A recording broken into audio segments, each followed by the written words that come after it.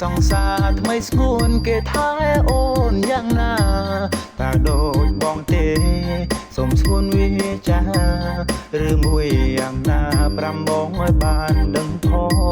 ងថាអីចេះខំគេបោកអូនសងប៉ុណ្ណឹងក៏មិនដឹងដែរអូននៅភ្លើតភ្លើនជ្រើមជ្រួលព្រោះស្នេហ៍ចិត្តគេព្រោះប្រែស្នេហ៍អូនមិនថិតថេរឡើយពីស្នេហ៍អូនបានត្រឹមមួយឆ្នាំគេបោកអូនមួយតើរហែកចេញទៅបាត់អូននៅអង្គុយយើងស្កាន់ទៅតែបែបប្រមរញយំព្រោះស្ដាយគេមកថាមិនចង់ដឹងរឿងអូនទេតែមើលទៅវាតបភ្នែកព្រោះតែអូនមិនអូខេសួរថាអូនជឿទេអូនជឿទេជឿរួចបែកក្បាល5តែជីវិតបងហូបនៅពេលដែលអូនបាត់បង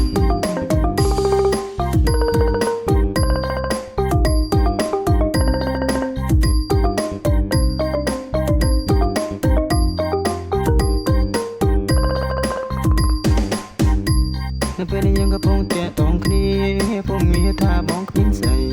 ឃើញបងត្រង់ត្រករាល់ថ្ងៃអត់ទំនេរតែមានសាឡៃនឹងហើយទៅបានជាអូនបោះបងជ្រើយកអ្នកថ្មីយ៉ាងមិនហើយអូ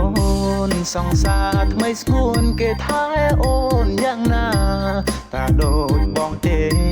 សូមស្ងួនវាចាឬមួយយ៉ាងណាប្រាំបងឲ្យបានដឹងផងចេះខំគេបោកអូនសងប៉ុណ្ណឹងក៏មិនដឹងដែរអូននៅភ្លើតភ្លើនជ្រើមជ្រួលព្រោះស្នេហ៍ចិត្តគេព្រោះប្រែស្នេហ៍អូនមិនថិតថេរឡើយរំណនាងអើយនាងអើយនាងថ្ងៃនេះបងច្រៀងចម្រៀងជូនពរសូមឲ្យរូបអូ